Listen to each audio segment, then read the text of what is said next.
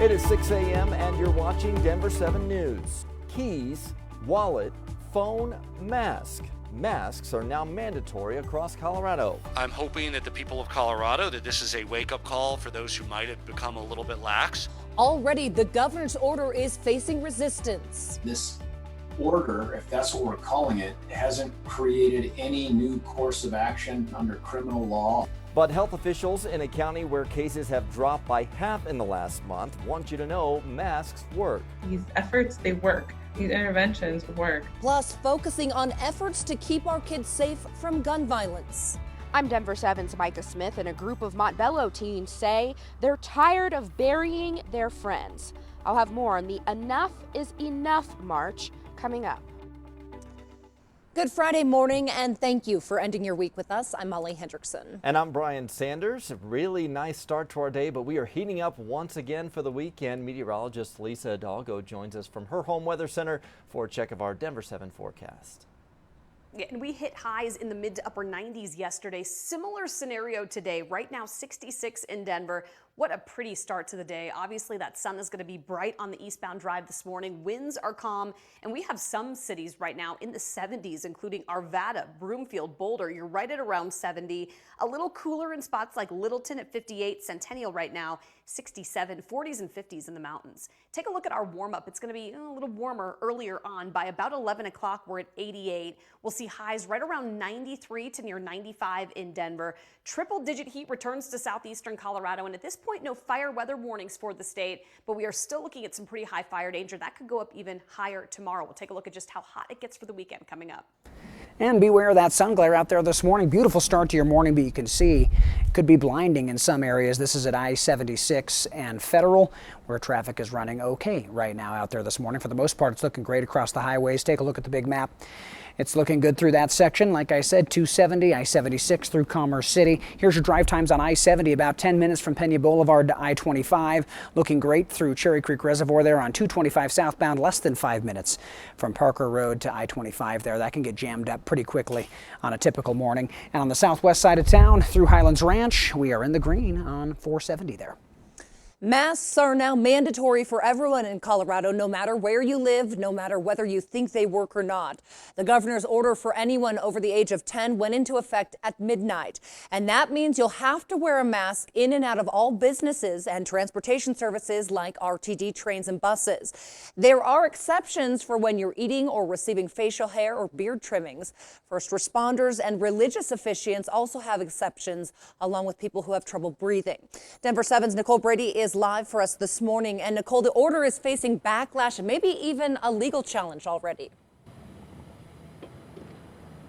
It's a big change that happened overnight, Molly. A lot of people trying to get on board here. Businesses like gyms now having to require masks. But some people are already threatening to put up a fight. Let's show you the tweet here from State Representative Patrick Neville, a Republican, who said that the governor is on a power trip and he's already retained an attorney to sue over the order. Also, both the sheriff's office in Weld and El Paso counties say they won't expend resources to enforce this order. Enforcement has actually been one of the key issues that critics have been jumping on, because the governor says you could face criminal and civil penalties like trespassing if you walk into a business without a mask on. But 18th Judicial District Attorney George Brockler told us that an executive order from the governor has no legal weight. The gist of what I take away from this is there's no law enforcement role to play here.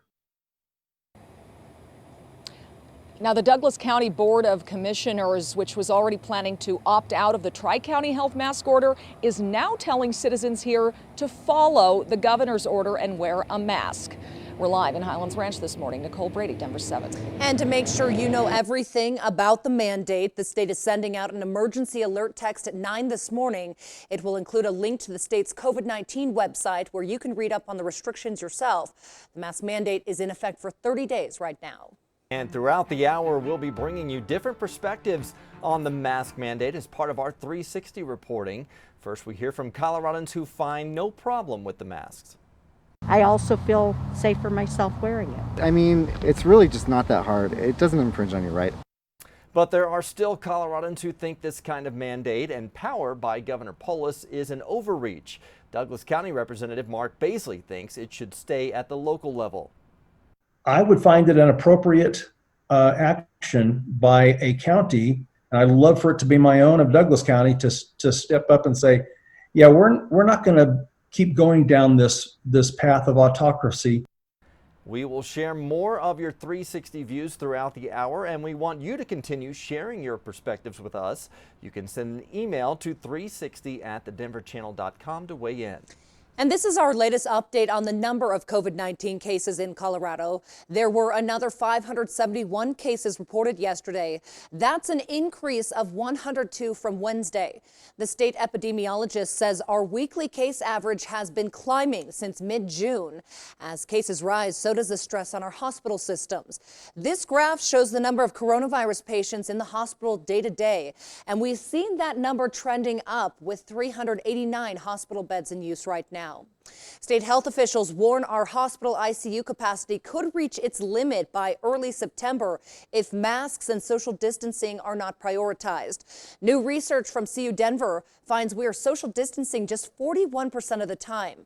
For the month of June, that number was 66%. In May, social distancing was approximately 87%. If social distancing improved to just 55 to 65%, growth is slowed down. 6:06 is your time. Davari Armstrong was just 17 years old when he was shot and killed at a house party in Montbello last weekend. He is one of 8 minors murdered in the first 6 months of the year in Denver. And tonight the community is saying enough is enough. Denver 7's Micah Smith is live at the Montbello Rec Center this morning. And Micah, they are hoping for strength in numbers here. There is a rally calling for an end to youth gun violence. Brian, a rally, and it will start with a march, though. That march will begin at Montbello High School and end here at the Montbello Recreation Center, and the march is scheduled to begin at 5 o'clock tonight. Now, this event is being held by a group called 10 for 10, and this group describes itself as young black men who are working to unite their communities through community service initiatives.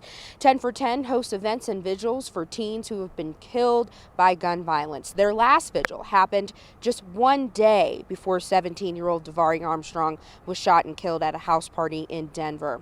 Following Davari's death, the group says it will hold this march and rally because they've lost too many peers to gun violence. So this event is their way of saying enough is enough.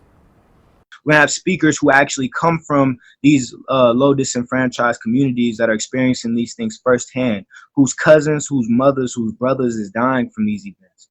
And being able to explain hood politics on what's going on so people can have a better and clear understanding and how they can be able to help and support these people who are at need. The young activists also have a list of demands that include funding for prevention programs and safe places for youth to go. They say they're tired of burying their friends, and they say no one should have to bury a child. So they're calling on the community, not only the Montbello community, but the entire Denver Metro to step in and help them stop the gun violence. Reporting live in Montbello, Micah Smith, Denver 7. Micah, thank you. There are more changes in the Central 70 area. That's the project to rebuild I-70 between Brighton Boulevard and Chambers Road. Tomorrow, Fillmore Street will reopen under I-70.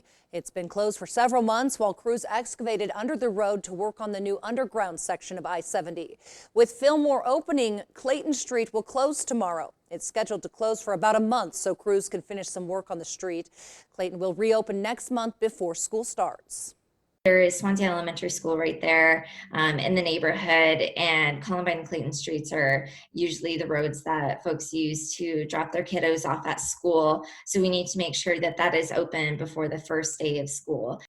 Central 70 has to replace 8 streets that are currently under I-70 but will be above I-70 when the highway is put underground.